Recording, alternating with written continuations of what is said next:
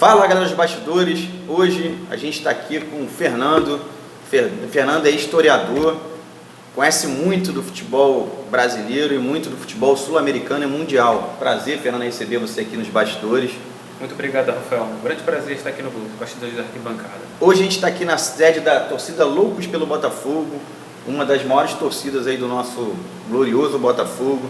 E a gente vem falar de um assunto que interessa a vários clubes, os que estão pleiteando, e aos outros tantos, por uma questão de história, né?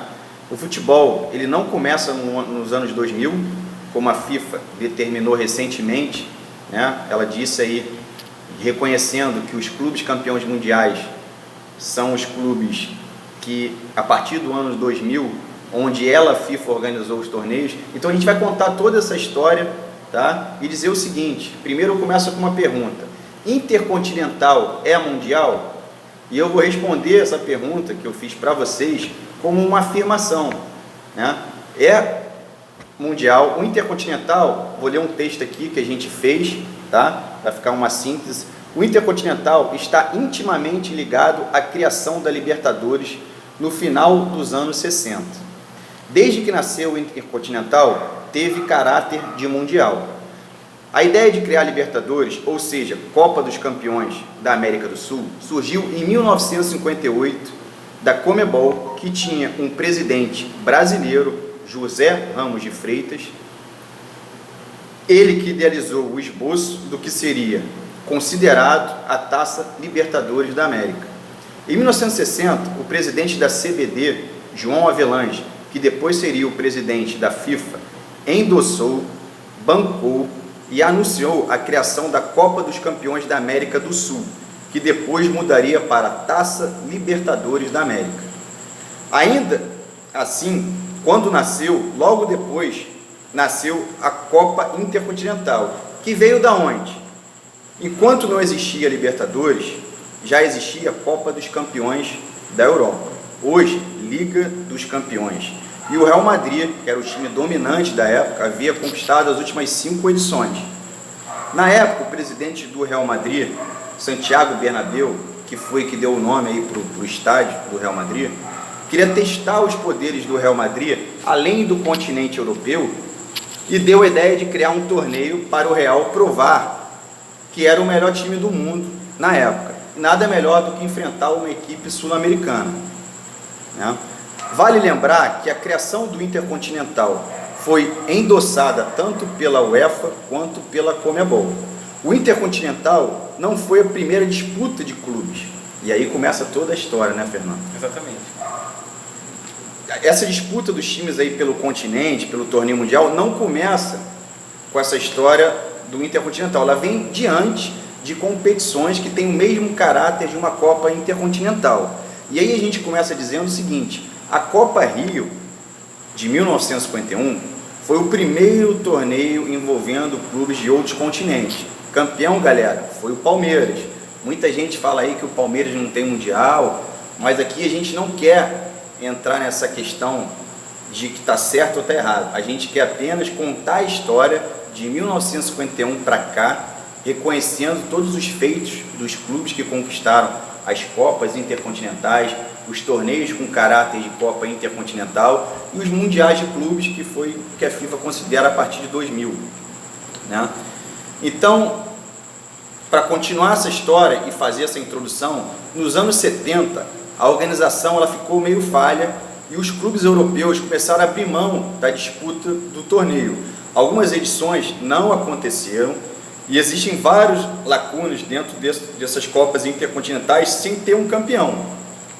Para não acabar o torneio, a Federação Japonesa acabou tornando a organização, tomando para si, né? Já que a federação tinha por trás um patrocinador muito forte, que era a Toyota.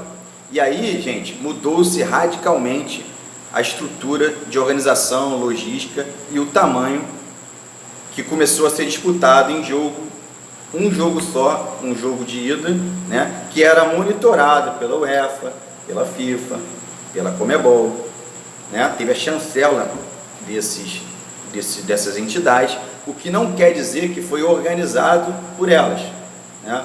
Se você reparar ali no letreiro, por exemplo, quando o Flamengo ganhou em 81, tinha lá Sim. a FIFA, a UEFA, a Conmebol, mas não foi um torneio organizado pela FIFA, né? A gente vai falar disso, já eu sei que ele está nervoso, que ele entende muito, o cara é fera no assunto. Eu estou fazendo essa introdução para vocês entenderem que o futebol mundial, essa disputa não começa nos anos 2000, ela começa nos anos 50 e a gente vai falar disso tudo. Então é o seguinte, gente, portanto, galera, o Intercontinental de 1960 até 2004 tem peso de mundial. Isso não pode ser apagado agora porque a FIFA considera oficial os títulos que FIFA organiza. Então, desde 1950 para cá, a gente tem esses torneios internacionais acontecendo, né? Essas copas internacionais, algumas com outros nomes e que a gente reconhece como historiador, como amante do futebol, mesmo sabendo que a FIFA não reconhece. Agora, a gente tem que lembrar o seguinte: isso é uma questão meramente clubística e meramente política, né? Quem tem, diz que tem, defende, e quem não tem, diz que o rival não tem, ou outro clube não tem. Isso tudo, gente, é político porque a entidade, apesar de ser uma só, ela muda conforme a política e o reconhecimento. Por exemplo, a FIFA até então reconhecia os campeões mundiais de 2000 para cá. Aí já veio uma determinação de 2000 de 2000, o título de 2017. Exatamente, a partir de 2017, reconhecendo os campeões da Copa Intercontinental de 1960 até 2004. Logo depois, ela até postou no site, inclusive na época quando o Grêmio foi disputar o Mundial de Clubes contra o Real Madrid, eles falaram: o Grêmio vai em busca do seu primeiro Mundial. E na época isso acabou criando, assim, uma situação muito constrangedora até para a própria entidade. Em seguida eles falaram: mas vocês não reconheceram todos os títulos da Copa Intercontinental de 60 2004? Como é que vocês agora dizem que o Grêmio vai em busca da sua primeira conquista? O próprio Blatt, ele deu um depoimento que ele reconheceu o Santos, né, um esquadrão que o Santos tinha, reconheceu outros campeões, falou do Flamengo, do Zico, em 81, e quando ele começou a falar dessa questão, entrou a política no meio e ele teve que, como FIFA, né, ficar ali quietinho e seguir, né, os procedimentos que a FIFA adotam de reconhecimento.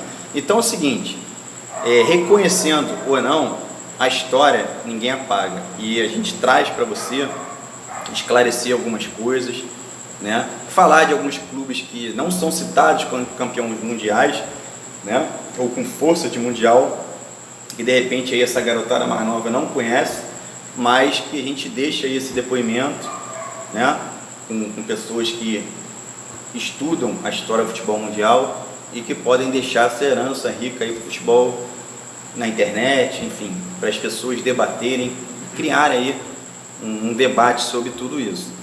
Então é o seguinte, gente, além das Copas Intercontinentais, tá, houveram, né, antes de 1960, outros torneios de caráter mundial, com outros nomes, que outros clubes, que não são os clubes reconhecidos pela FIFA, conquistaram, né? Inclusive, o Real Madrid em 1953, se você entrar aí no site do Real Madrid, vocês vão ver que o Real Madrid considera o torneio lá de Caracas.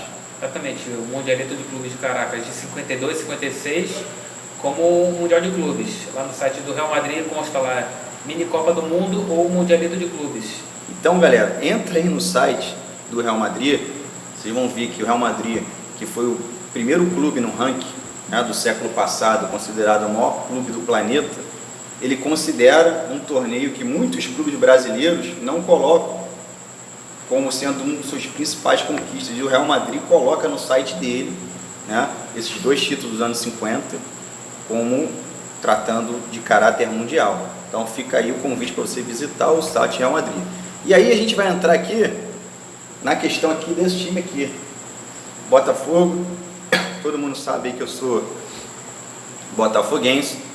Como eu disse, é uma coisa clubística e é uma coisa política. Hoje o Botafogo ele não é reconhecido como campeão mundial, apesar de ter conquistado 4 vezes essas competições, e eu queria que o Fernando, a gente entrasse nesse mérito. A gente vai falar um pouquinho dessas conquistas do Botafogo, né? Começando ali por 1963, a primeira conquista aí do Botafogo. E aí, Fernando, fica à vontade aí. Obrigado, Rafael. O Botafogo, em 1963, ele foi convidado, né, a disputar o torneio internacional de Paris, né? Esse torneio, ele foi inclusive um dos torneios precursores da Copa Intercontinental. Aliás, se você for procurar na internet, você encontra um Mundialito de Clubes de Caracas ou Pequena Taça do Mundo e o torneio de Paris como Copas Intercontinentais, junto com a própria Copa Intercontinental, antes de ser reconhecida pela FIFA como Mundial de Clubes. Foi esse que o Real Madrid ganhou? Exatamente, exatamente. O Real Madrid ganhou 52, 56 e o Botafogo e o Santos, eles venceram na década de 60. O Santos 60, 61, o Botafogo 63.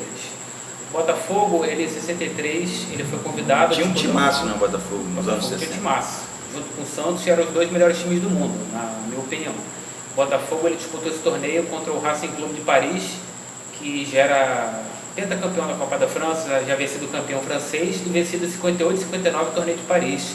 E também o Botafogo venceu um outro time muito forte, que na época era o Anderlecht da Bélgica, que inclusive era o atual campeão belga. O Botafogo venceu o primeiro jogo contra o Anderlecht de 1-0 na semifinal, e o segundo jogo, né, a final contra o Racing Club, o Botafogo venceu por 3-2 contra o Racing Club, conquistando assim o seu primeiro Mundialito de Clubes, né? Galera, só interrompendo o Fernando aqui para dizer o seguinte: aí muita gente vai dizer o seguinte, pô, mas para ser campeão do mundo tem que ganhar Libertadores, né? E você tem algum exemplo aí no futebol mundial de clubes que não ganharam a Libertadores e nem o torneio europeu, para explicar para a gente aí essa condição? Sim. O próprio Atlético de Madrid, que foi reconhecido recentemente pela FIFA, ele em 74 ele perdeu a final da Liga dos Campeões da UEFA, que na época era chamada de Copa dos Campeões Europeus, mas o mesmo torneio, 74, para o Bayern de Munique. E o Bayern se recusou a disputar a final da Copa Intercontinental, alegando calendário, né, entre outras coisas mais. Em parte por conta muitas vezes da truculência dos jogadores sul-americanos, principalmente dos times argentinos e uruguaios. Com isso, a UEFA indicou o Atlético de Madrid, que era o vice-campeão europeu. Foram disputados 2 jogos. O primeiro na Argentina, o Independente, ele venceu o Atlético de Madrid, e o segundo jogo, o Atlético de Madrid venceu por uma diferença maior e ele se sagrou campeão da Copa Intercontinental. Sendo assim, ele foi o primeiro clube, aliás, o primeiro clube da Copa Intercontinental a ter sido campeão mundial, considerado hoje campeão mundial, campeão intercontinental, mesmo sem ter vencido a Copa dos Campeões da UEFA. Eu acho que outro exemplo que você pode dar, a gente pode falar do Corinthians no ano 2000. O Corinthians em 2000, ele entrou como campeão nacional. O Brasil, como país sede, ele teve que indicar quem? O seu campeão nacional. O campeão nacional daquele ano, de 99, era quem? Era o Corinthians. Então, o Corinthians, ele disputou o Mundial de Clubes da FIFA. Aliás, vale lembrar que tinha um formato muito semelhante ao da Copa Rio de 51 e 52. Que quem ganhou aqui no Rio de Janeiro foi o Fluminense em 52. Exatamente. Muita gente diz que o Fluminense não é campeão mundial, e o Fluminense também é campeão mundial. A gente tem que reconhecer toda essa questão, a gente reconhece a história. Eu não vou entrar no mérito de chancelar, de homologar, enfim, isso é uma coisa para política. Exatamente. Mas a história ninguém apaga, né? Eu podia muito bem, como botafoguense, não vou falar do Fluminense. Não, eu estou falando do futebol mundial. 51, a gente começa com o Palmeiras campeão. 52, Fluminense. E 53, para quem não sabe, foi o Vasco. Exatamente, foi o Vasco do torneio octogonal Rivadavia Correia Meia. Exatamente. Mas é claro que na época a maioria dos times eram brasileiros, portanto foi apelidado como se fosse um mini São Paulo com alguns times internacionais, né? Exatamente. Esse torneio de 53, galera, ele foi o torneio que logo depois da Copa Rio, eles usaram o mesmo formato, porém com os clubes nacionais. Exatamente. Numa espécie de a metade dos clubes eram nacionais. Exatamente, numa espécie de mini Rio São Paulo. E quem ganhou foi o Vasco. Então aí, torcida do Vasco, Clica lá, que vocês também estão nessa.